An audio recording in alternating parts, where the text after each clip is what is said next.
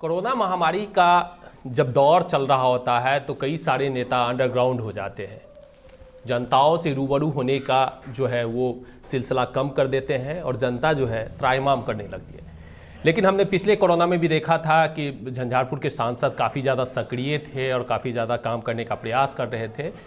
लगातार जो पिछड़ रहे हैं क्षेत्र को आगे बढ़ाने की दिशा में कई सारे काम का हम लगातार आप देखते हैं सोशल मीडिया पर काफ़ी एक्टिव रहते हैं, कई सारे काम करने का प्रयास करते हैं। क्या क्या काम हुआ अभी तक आपके कार्यकाल में? सबसे पहले तो मैं आप सबों को जो आए हैं आपके चैनल को और आपको आपके साथी कैमरामैन को मैं ये नव वर्ष पर हार्दिक बधाई देना चाहता हूँ। 2022 में पहली मुलाकात है, तो ऐसा है कि मैं कहाँ से शुरू करूं। आपसे आग्रह करना चाहूँगा कि आप कहाँ से मुझे पूछना चाहते हैं।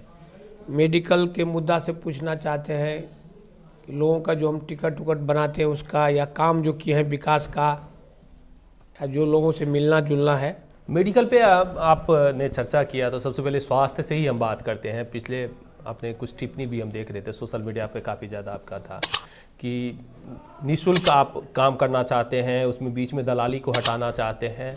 तो कौन दलाली कर रहा था और कौन लग रहा था कि जो गरीबों का शोषण कर रहा है मेडिकल के टाइम में, और किस तरह से आप सुविधा आप लोगों को दे रहे हैं?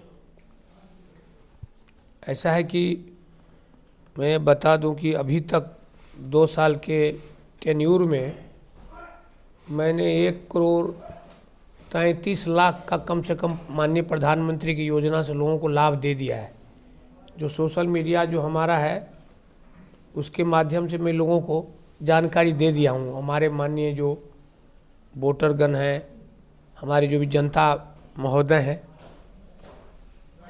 ये आयुष्मान भारत से जो प्रधानमंत्री जी गंभीर बीमारी पर, जैसे कैंसर, लीवर, ब्रेन, हार्ट, ये सब सारी बीमारियों में जो देते हैं उसमें मैं 1,33,00,000 तक दे चुका हूँ। मैं नहीं, मेरे माननीय प्रधानमंत्री जी द्वारा। ये तो हो गई बात मतलब कि हेल्थ में। और जहाँ तक सवाल है, मेरा 4 आदमी काम कर रहा है एम्स में, सफदरजंग में, राम मनोहर लोहिया हॉस्पिटल में। भारत सरकार के हॉस्पिटल में 4 लोग हम रखे हुए हैं। निःशुल्क वो लोग भी सेवा देते हैं। इसी में से कुछ लोग जो होते हैं कि ज़्यादा पैसा वसूल कर लेते हैं पेशेंट लोगों से। हम लोग तो जा नहीं पाते हैं, तो हम लोग का जो अपना एक पत्र मिला हुआ लिख करके हम लोग का जो अनुशंसा करते हैं प्रोटोकॉल ऑफिसर को, वहाँ डायरेक्टर को, तो उनके द्वारा लाभ मिल जाता है पब्लिक को, जल्दी एंट्री हो जाती है। उसमें कुछ लोगों को रखे हैं, कुछ लोग उसमें गलती किया तो हम हटा देते हैं। जैसा आप सुने होंगे कि हम यहाँ में भी 2 पीए रखे हुए हैं, दिल्ली में भी 2 पीए रखे हैं, खास करके बीमारी लोगों को, जो बीमारी से ग्रसित लोग आते हैं उनको मदद करने के लिए। आपसे तो मैं पहले भी मिल चुका हूँ। तो हॉस्पिटल के मामले में किसी से समझौता नहीं करता हूँ। गरीब, मैं यहाँ 6 बजे मॉर्निंग में आकर बैठ जाता हूँ। अभी भी मैं आपसे आग्रह करूँगा, जाते वक्त आप देखिए मेरे कंप्यूटर पर मेरे जो ये अभी पीए हैं, मिहिर झा जी बता देंगे पूरा। ये तो रही बात हॉस्पिटल का भी देख रहा हूँ। आयुष्मान भारत से माननीय प्रधानमंत्री द्वारा मैं कम से कम 10 करोड़ से ज़्यादा का योजना लाया हूँ, जो 50 बेड का हॉस्पिटल बनने जा रही है। कहाँ पे? ये है हमारे गांव, घर से करीब 3-4 किलोमीटर सरकारी ज़मीन पड़ी हुई थी, और हमारे जिला पदाधिकारी महोदय जांच करके ले गए हैं। छारापट्टी दुर्गीपट्टी के बीच में एक जगह है। उसके बाद मैंने प्रधानमंत्री जी से आग्रह किए थे कोरोना काल में, तो कोरोना हॉस्पिटल दे रहे हैं आयुष्मान भारत का करके, आयुष्मान हॉस्पिटल, जिसमें 73 लोगों की नौकरी मिलेगी। उसमें 11 डॉक्टर होंगे और बहुत सारे पदाधिकारी होंगे, वर्कर होंगे, 4th ग्रेड 3rd ग्रेड का। और मैंने अभी मंगल पांडे जी से भी आग्रह किया था 2 महीना 3 महीना पहले। उन्होंने कहा कि हर ब्लॉक से आप 2-2 हॉस्पिटल के बारे में लिखिए, अनुशंसा कीजिए पीएससी के बारे में। तो वो भी मैं लिखा हूँ, उसका अभी तक बिहार सरकार से जवाब उनके साथ नहीं आया है। तो ये तो मेरी कोशिश है हेल्थ में। और टिकट, कोई गरीब का अगर टिकट नहीं बनता है, कोई अगर टिकट पीएनआर ले लेते हैं वेटिंग लिस्ट का टिकट, तो उसके लिए भी आदमी हम डिप्यूट किए हुए हैं दिल्ली में। अगर आप हमारे मोबाइल पे या हमारे पीए के मोबाइल पे पीएनआर नंबर और टिकट का जो वेटिंग लिस्ट नंबर भेजिएगा तो करीब करीब डेली का हम 10 टिकट बनवा देते हैं माननीय रेल मंत्री जी से, जो हम लोग का कोटा है। पहले का भी माननीय संसद लोग करते थे। तो पहले सोशल मीडिया इतना नहीं था, अभी आप लोग के माध्यम से लोग जागरूक हो गए हैं, तो उसमें भी हम प्रयास करते हैं। आपका समय ज़्यादा नहीं लूँगा। उसके बाद रही विकास की बात, तो जैसा आप लोग सब जानते होंगे 1997 में उस समय के कृषि मंत्री हमारे चतुरानंद मिश्र जी और उस टाइम के AR किदवई साहब गवर्नर थे और राजकुमार महासेठ पशुपालन मंत्री थे। बहुत सारे मंत्री गण आकर के और उस टाइम के जो कृषि मंत्री चतुरानंद मिश्र जी आकर के राजनगर में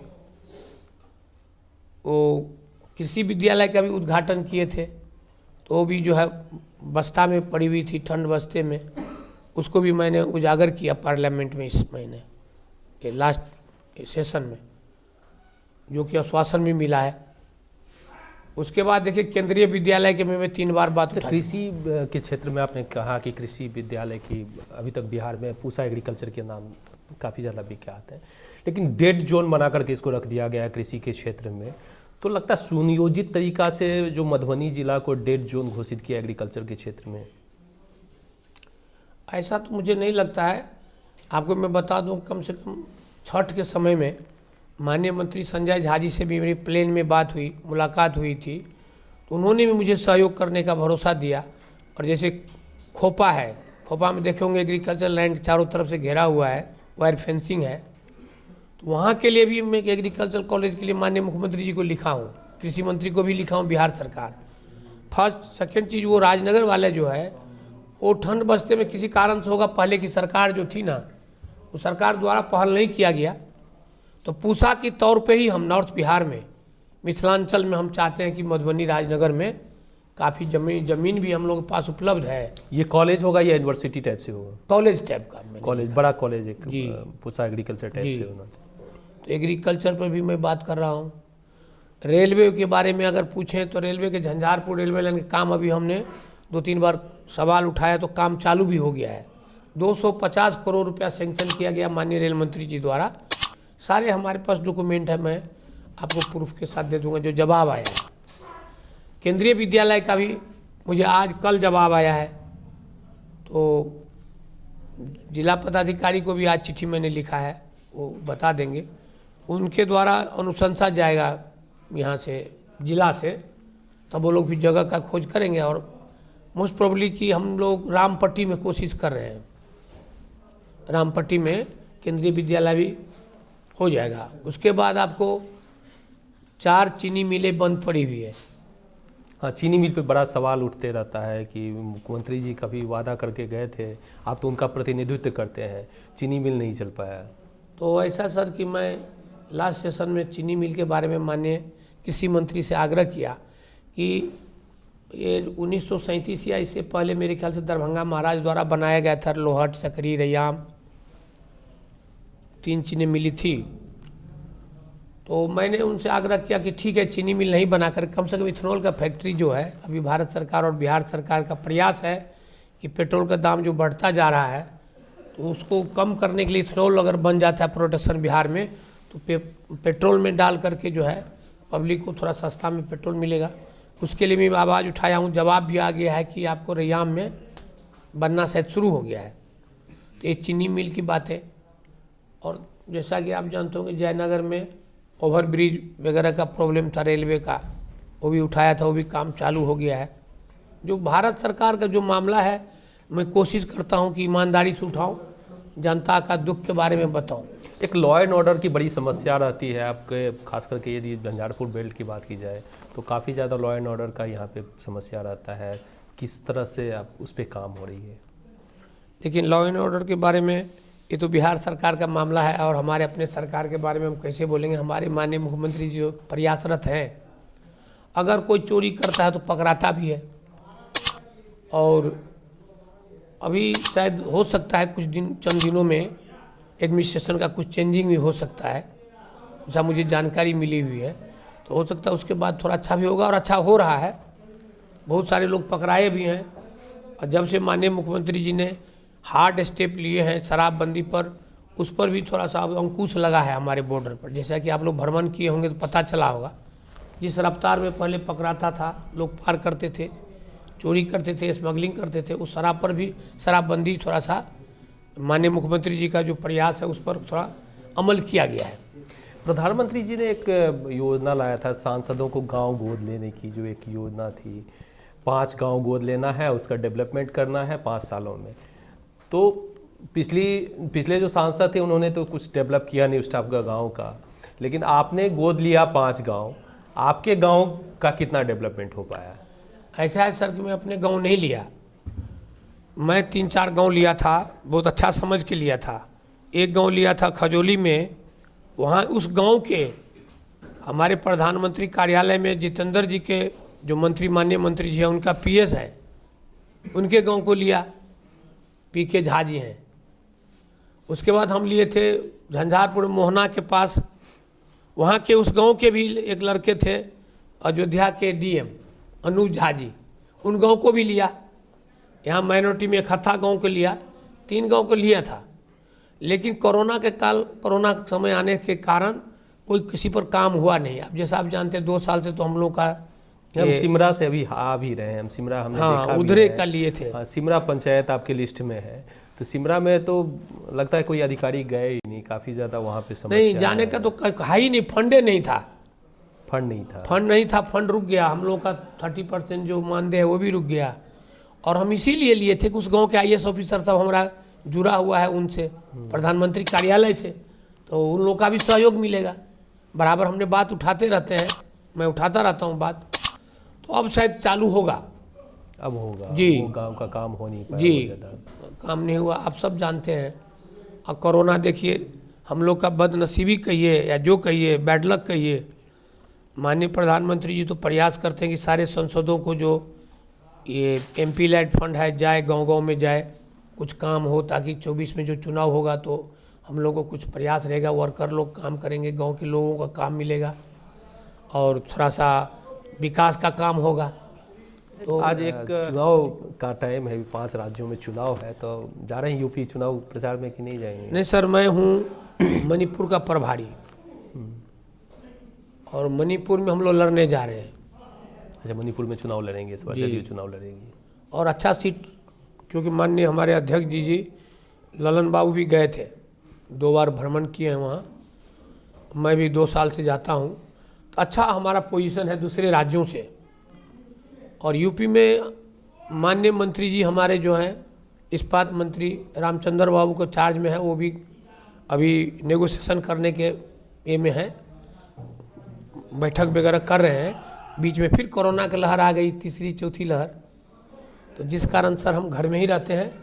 और जहाँ तक एक्टिव होने का आपने एक सवाल किया था, देखिए मेरे आप जानते हैं पहले से भी, और लोग भी जानते हैं कि मैं एमपी की तरह नहीं रहता हूँ। मेरा नेचर बहुत सीधा साधा है। सवेरे 6 बजे ब्रश करके आप देखे होंगे मेरे बगल में बेड लगी हुई, और जिस एरिया से जो लोग आते हैं तुरंत सोचता हूँ कि उनका समाधान हो जाए, और होता नहीं है, हो नहीं पा रहा है। कुछ हमारी कमी है एडमिनिस्ट्रेशन में। मणिपुर में अकेले चुनाव लड़ेंगे या फिर गठबंधन में? गठबंधन ट्राई किए हम लोग, गठबंधन अभी तक हुआ नहीं, तो वहाँ हम लोग कम से कम 15 सीट पर चुनाव लड़ेंगे, और 10 सीट तो निश्चित हम लोग जीत कराएंगे। अच्छा, 15 में चुनाव लड़ेंगे, 10 सीट जीतेंगे जी, कम से कम। यूपी में कितना सीट का बार्गेनिंग हो रही है? यूपी में हम लोग 2 दर्जन का सीट, 24 सीट कम से कम मांग रहे हैं, तो बात नहीं बन पा रही है अभी। तो बात बन जाएगी तो देखिए वहाँ भी हम लोग खड़े करेंगे, क्योंकि हम लोग 2-3 स्टेट में अगर जीत जाते हैं तो नेशनल पार्टी के नाम से हम लोग को स्वीकृति मिल जाएगी, अप्रूवल हो जाएगा। इसीलिए हमारे माननीय मुख्यमंत्री जी प्रयासरत हैं कि कम से कम हम लोग मणिपुर में भी कुछ सीट लेकर आवे। चलिए, बात करने के लिए हमारे चैनल के साथ में बहुत बहुत आपका धन्यवाद। नहीं, धन्यवाद तो मैं देता हूँ कि इतने ठंड में आप हमारे यहाँ आए हैं, बहुत बहुत धन्यवाद और आभार व्यक्त करता हूँ। और सारे जनता को आपके माध्यम से यही कहना चाहूँगा कि कोरोना काल है, फिर मास्क लगावें। हम लोग तो अभी इंटरव्यू में मास्क नहीं लगाएं, लेकिन मैं ज़्यादातर मास्क लगाता हूँ, और डिस्टेंसिंग का पालन करें, ताकि फिर हम लोगों का इस तरह के प्रॉब्लम जो आया था लास्ट ईयर में वो नहीं हो। जल्द स्वस्थ हो, ये शुभकामना है सांसद महोदय से। और ऐसे ही हम रूबरू होते रहेंगे, कुछ राजनीति, कुछ सामाजिक यहाँ की जो विकासात्मक है जानकारी एकत्रित करते रहेंगे। फिर मिलेंगे सांसद महोदय से, तब तक के लिए चाहेंगे आपसे हम इजाज़त।